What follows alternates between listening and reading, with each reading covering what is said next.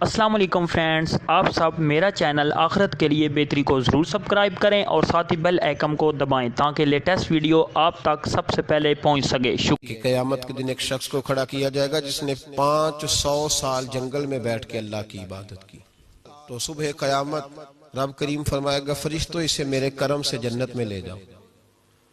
تو بندہ عرض کرے گا مولا میں نے عبادت ہی بڑی کی ہے، 500 سال تو میں لگا رہا ہوں، ابھی بھی کرم ہے۔ فرمایا ہاں تو میرے کرم سے ہی جائے گا۔ جنگل میں عبادت کا مطلب سمجھتے ہیں آپ؟ یعنی اس نے گھر نہیں بنایا، شادی نہیں کی، اس طرح کی عبادت نہیں کہ ساری دنیا داری کر کے نماز پڑھنا، وہ والی نہیں۔ یعنی 500 سال عبادت کی جنگل میں، دنیا سے کٹ کے کی، لوگوں سے علیحدہ ہو کے کی۔ اس نے گھر نہیں بنایا، بچے نہیں پیدا کیے، اس نے دنیا داری نہیں کی، کچھ نہیں کمایا، صرف عبادت میں رہا 500 سال۔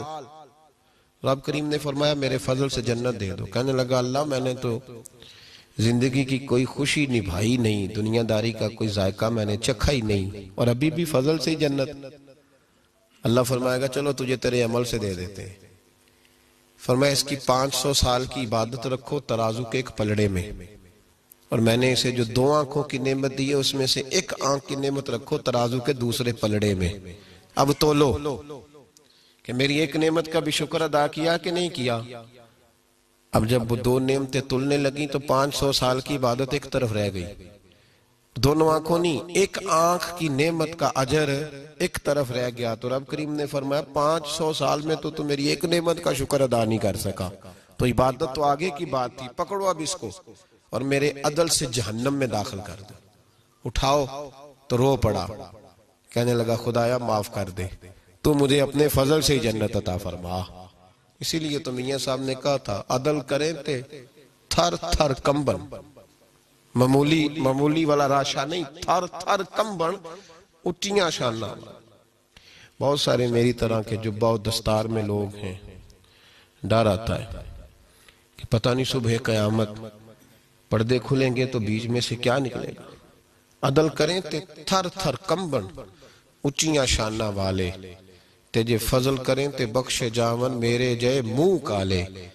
نبی پاک سید عالم صلی اللہ تعالیٰ علیہ وسلم کے غلاموں میں سے ایک درویش بزرگ گزرے ہیں، تو وہ فرمایا کرتے تھے میں کبھی نبی پاک کی عطائیں ایک طرف رکھوں نا، عطائیں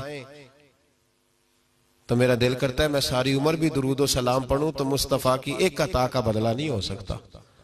ایک بچہ ایک دفعہ مجھے کہنے لگا مذاق میں، جب بچے مدارس میں پڑھتے ہیں تو پھر وہ شغل بھی کرتے ہیں نا، تو ایک طالب علم مجھ سے کہنے لگے، ہم اس وقت پڑھا کرتے تھے تو بچے تھے مدرسے کے، کہنے لگے میں اپنے گھر والوں سے کہتا ہوں میری کر لو عزت، میں نے 10 بندے جنت میں لے کے جانے۔